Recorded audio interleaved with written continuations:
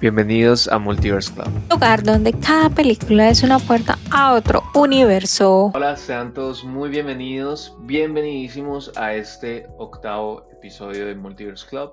Como siempre, yo soy Juan. Y yo soy Angie. ¿Cómo estás, Angie? Estoy muy feliz porque finalmente empezó octubre y octubre es como mi mes porque es el mes de Halloween.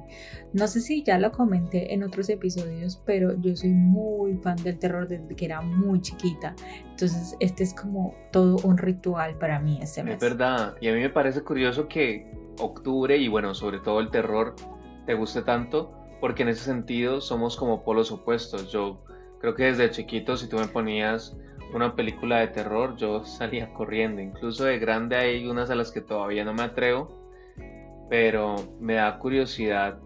¿Hay alguna historia detrás o por qué octubre es tu mes favorito? Es más que todo una tradición familiar porque desde que era muy chiquita veía películas de terror con mi mamá y con mi hermano, entonces se volvió como todo un ritual para mí. Y en Halloween es una obligación que tenemos que ver clásicos del terror, o sea, películas viejas de terror.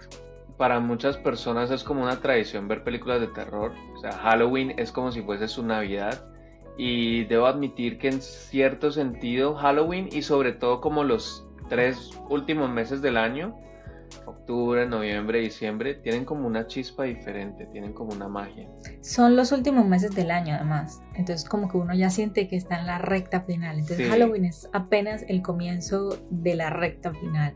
Y hay gente que se esmera mucho en sus disfraces y sobre todo en vivir Halloween desde el día 1. Sí, como te digo, para mucha gente es todo un ritual porque es como el mes de los frikis que nos gustan las películas de terror. Entonces hay que aprovecharlo desde el día 1. Es exactamente eso. Yo creo que en lo personal, uno de mis sueños frustrados es no ser cosplayer profesional porque cuando veo esos disfraces me parece muy cool disfrazarse y toda la pasión que le meten al craft. Eso es mucho dinero, o sea, le invierten mucho a ese tipo de disfraces. Es verdad, hay gente muy dedicada que le mete todas las ganas, como tú dices, desde el día 1. Y hay otras personas como tú que les gusta maratonear películas. ¿Cuáles dirías que son esos clásicos o ese clásico que te gusta ver más cuando maratoneas películas? Para mí el clásico de clásicos que no puede faltar en una noche de Halloween es Masacre en Texas, y eso es una recomendación obligatoria para cualquiera que esté viendo este podcast. Masacre en Texas, 1974, la primera película, es una joya del cine del terror, y una de las cosas que a mí me encanta de esa película es lo cruda y realista que puede ser, porque además de ser una pionera en todo este cine slasher, que es pues un subgénero del terror, es como muestra la realidad tan cruda tal cual como es. O sea, si tristemente vives en Estados Unidos, esta película te va a parecer demasiado cercana a la realidad. Todavía a día de hoy, después de 50 años, casi 50 años de la primera que salió como en el 70. Recién cumplieron el aniversario de los 51 años este año. Imagínate, y todavía es muy relevante no solo en el cine de terror, sino en la cultura pop en general.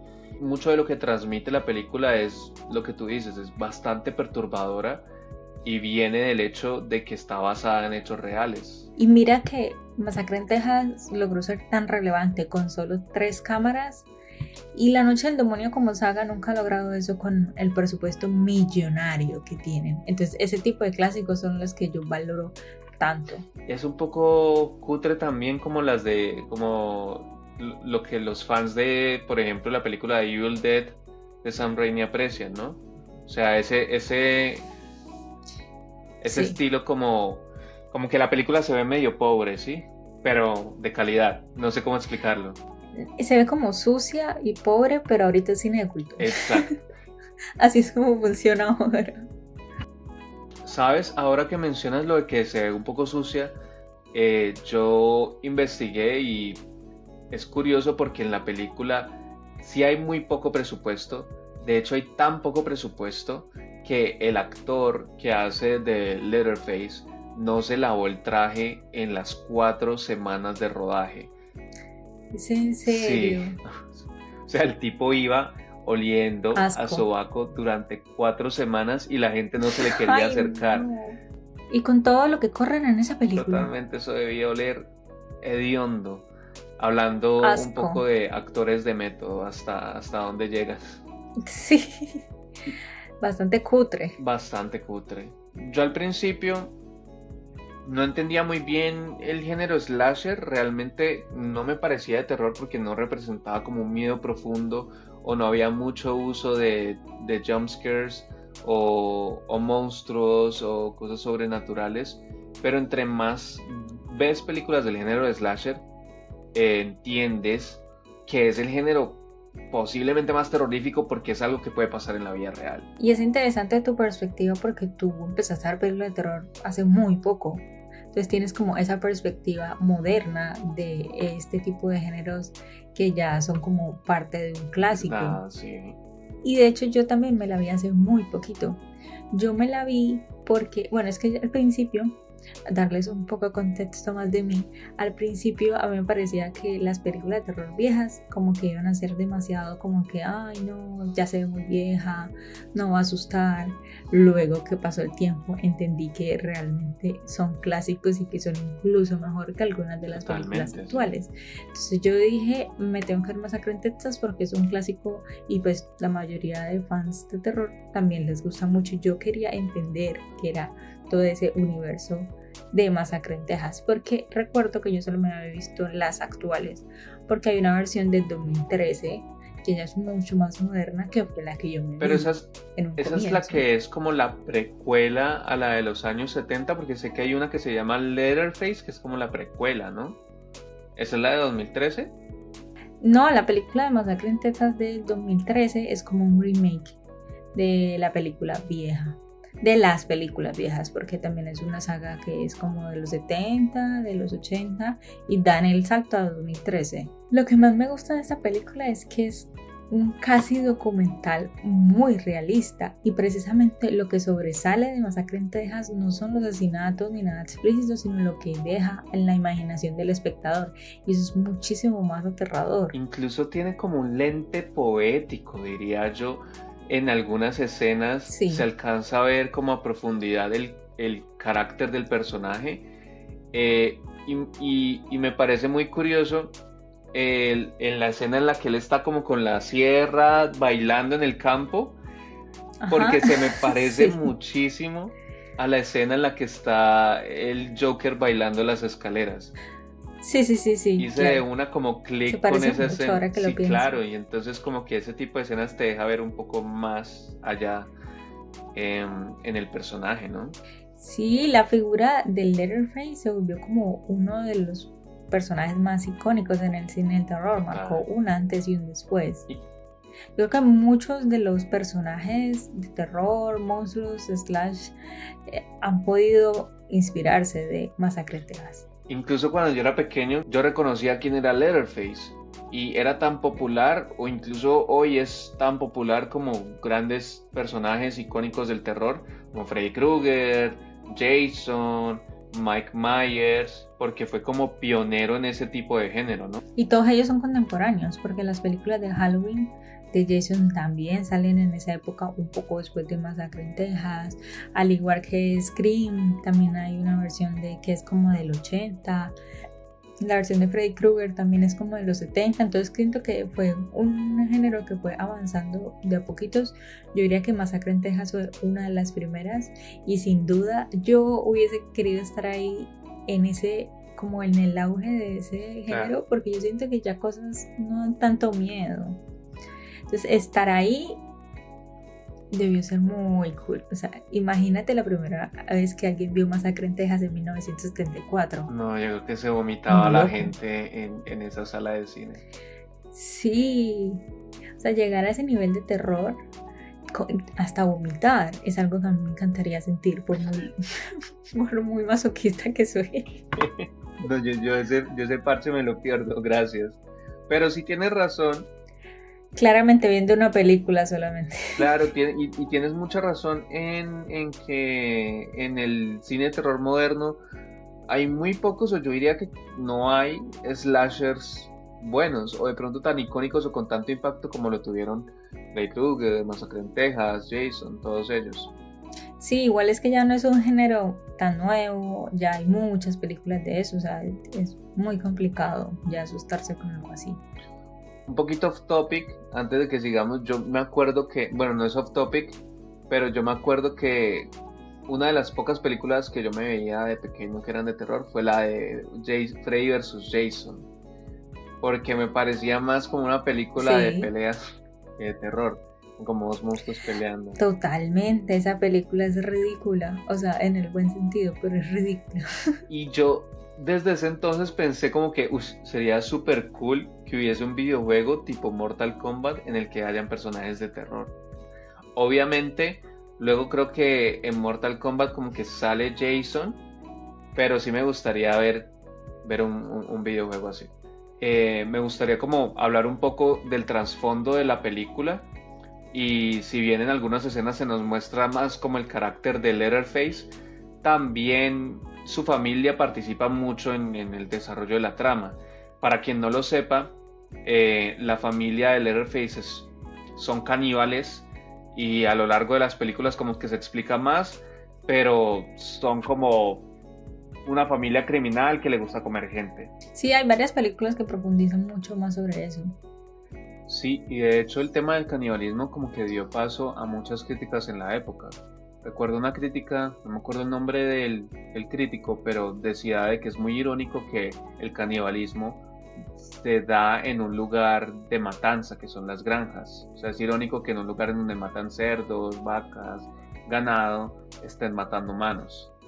Me parece muy loco que ese tipo de matanza con animales de granja no nos parezca tan impresionante. O sea, eso ya hace parte como de nuestra realidad y muestran como esa dualidad con humanos, que realmente es como lo más aterrador. Yo siento que ambas cosas deberían ser aterradoras. Claro, Si lo miras mucho más a fondo. sí, sí, si analizas muy a fondo puede ser como hasta una crítica social de una sociedad totalmente hipócrita. 100%. Además, el director, después de ver la película, se convirtió en vegetariano. Oye, eso la hacen más interesante, o sea, son unas perspectivas que a simple vista uno no se da cuenta porque pues, es una película de slasher que tanta profundidad puede tener, pero mira, sí tiene bastante. Si te pones a pensar, la comida es muy relevante a la hora de desarrollar la trama de una película, sobre todo en Masacre en Texas, la escena del banquete final. Yo creo que es como la cereza del pastel para terminar de desarrollar la trama del Leatherface. O sea, si no estuviese esa escena ahí con la familia y el gran banquete, no, definitivamente no sería igual. Sí, es verdad, esa escena le da como sentido a la película. Me recuerda mucho a una película que vimos hace poco, seguramente ya la han escuchado hablar, Weapons. En Weapons hay una escena muy relevante que también involucra comida. Claro, en Weapons hay una escena muy específica. El personaje de Benny Wong está como sirviendo snacks perfectamente organizados, hay hot dogs, hay papitas, hay dulces, para ver una película con su pareja, justo antes de recibir ella sí creo que puede ser icónica, la tía Gladys. Y bueno, hasta ahí puedo contar porque ya el resto sería spoiler de la película.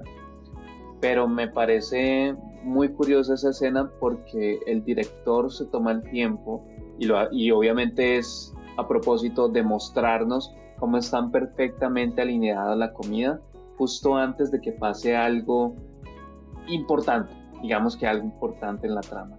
Sí, como que justo antes de que lo catastrófico comience, está toda la comida súper perfecta, todo está alineadito, las papitas están como casi en la misma dirección. Y si lo analizas un poco más, va muy en línea con quién es el personaje. El personaje de Benny Wong es como el director de la escuela, es muy alineadito, muy recto, muy escéptico a lo que está pasando. Siempre quiere buscar la verdad de los hechos, Claro, es una persona muy correcta. incluso Sí. podríamos decir que es un poco antagonista y que tenga todo alineado perfecto justo antes de, como tú dices, el evento catastrófico, lo hace una elección muy interesante que nos ayuda a profundizar más en el personaje a través de la comida. Para quienes no han visto Weapons, les vamos a dar como un contexto muy rápido de la película.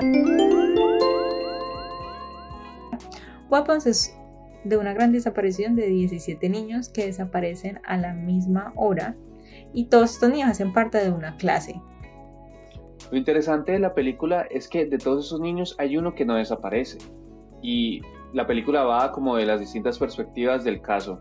Sí, es como todos los personajes teorizando sobre lo que pasó ese día, incluso culpan a la profesora que es el personaje que interpreta a Julia Garner y pues todos los misterios que hay detrás de la famosa investigación. Weapons es un gran ejemplo del buen terror moderno. Lo siento por la gente que no entendió la vibra, siento que puedes amarla o odiarla completamente, pero ese tipo de detalles que hablamos de la comida son muy valiosos. Y de hecho, el cine de terror en los últimos años ha experimentado al punto de que ya no se usa tanto como el recurso del jumpscare, sino que se intenta profundizar más en la trama de la película. Y siento que eso... Sí, como que entonces si ya no salto del asiento de miedo, entonces no es una película de terror buena. Eso fue lo que le pasó a la gente con Weapons. Y va a sonar muy hater de mi parte, pero la saga El Conjuro, por más buena que sea, le ha hecho mucho daño al género del terror, porque por muchos años la saga El Conjuro se estableció como la película que tiene que dar miedo. Con todo ese tema de la monja que fue muy popular cuando salió, que sí es completamente aterradora, pero ese no es el tipo de terror general y la gente se acostumbró a eso. Yo creo que el recurso del jumpscare ha sido como tan sobresaturado que ya si no hay un susto cada 5 minutos, tú dices que es una película malísima de terror. Pero... Y el recurso del jumpscare es como el 2010. O sea, realmente se ha usado mucho. No hay nada más alejado de la realidad. Yo creo que incluso cuando más se experimenta es cuando más se permite avanzar en el género. Por ejemplo, Masacre en Texas fue una de las primeras películas en experimentar con el género slasher. Y en Weapons, el hecho de que tú veas la perspectiva, el POV de cada uno de los personajes es lo que hace la trama un poco más envolvente y disfrutable, la verdad. El tipo de terror de Weapons es un poco más conceptual. No sé si han explorado otros proyectos del mismo director de Weapons. Él dirige Barbarian. Barbarian también es una película bastante particular que explora el terror de muchas formas distintas, desde el backstory, desde la psicología. Siento que el terror psicológico es un género que está mucho más acorde y puede asombrar más en tiempos como estos. Para alguien como yo que hasta ahora está entrando en el género, Weapons fue una película bastante entretenida. Sé que la modernidad es a veces difícil de aceptar, pero creo que en el caso de Weapons, donde se experimenta mucho con qué es lo que quiere decir la trama, es mejor. Y hay muchas películas y muchas nuevas propuestas del cine de terror que ha sido como tan apartado en los últimos años. Entonces yo considero que es bueno que se hagan más películas así. ¿A qué te refieres con apartado? Como que tú no ves un Oscar por película de terror. Nunca. Bueno, sí, ha sido muy excluida de la temporada de premios. Tristemente, la última película de terror que estuvo nominada fue La Sustancia, que de hecho yo pensé que Demi Moore iba a ganar el Oscar, pero eso ya es tema de otro día. Volviendo a las películas, sí, aunque yo prefiero películas como Masacre en Texas, lo entretenido de las nuevas propuestas del cine de terror es la forma de contar historias. Y el recurso que usa Weapons es muy interesante, hablando de la perspectiva de los personajes, da un gran backstory y siento que es una historia que no va en línea recta, porque vemos todos los ángulos de lo que está pasando alrededor. Claro, eso es algo muy valioso y poder apreciarlo como de tirón, yo creo que es lo difícil y por eso hay gente que dice que Weapons no es una película tan buena como la vendieron. Obviamente no es la mejor película de terror del año, tampoco considero que lo sea, pero sí es una muy buena propuesta. Y si lo piensas, yo creo que incluso hasta cuando fue el Masacre en Texas, la criticaron por muchas cosas que en la época fueron disruptivas. Siempre van a criticar todo, en la época que sea. Antes de irnos, ¿cuál es tu recomendación para esta semana? Hoy quiero que hagamos algo distinto. Tú vas a recomendar una película y yo voy a recomendar una canción. Ok, les voy a recomendar la película de El Vivero o Vivarium. Se encuentra en Amazon Prime. No nos están pagando, pero por favor, si ven este video, patrocínenos. Y sale Jesse Eisenberg. El director se llama Lorca Finnegan. Su nombre es rarísimo, pero la recuerdo porque sale Jesse Eisenberg. Es una película muy buena. ¿Sabes que mucha de suspenso? Gente esa película? ¿Por qué? No sé, a mucha gente no le gusta, me parece muy entretenida. Es muy buena, a mí me parece muy entretenida también. Es una película de suspenso, yo diría que casi terror también, y Sí, tiene un poco de crítica a la familia, pero no les voy a decir más. Ustedes vean la película y coméntenos qué les parece. sí, definitivamente tienen que vérsela. Es demasiado entretenida y tiene muchas capas también, que era lo que hablábamos ahorita. Por mi parte, yo les voy a recomendar una canción, es bastante reciente, se llama Talk to Me, de Damiana David con Tyla. Es una canción que me tiene pegada toda la semana, es demasiado pegajosa y me parece que es un dúo increíble, entonces tienen que escucharlo. Gracias por sintonizar Multiverse Club. Los esperamos en la próxima edición. Nos vemos, chao.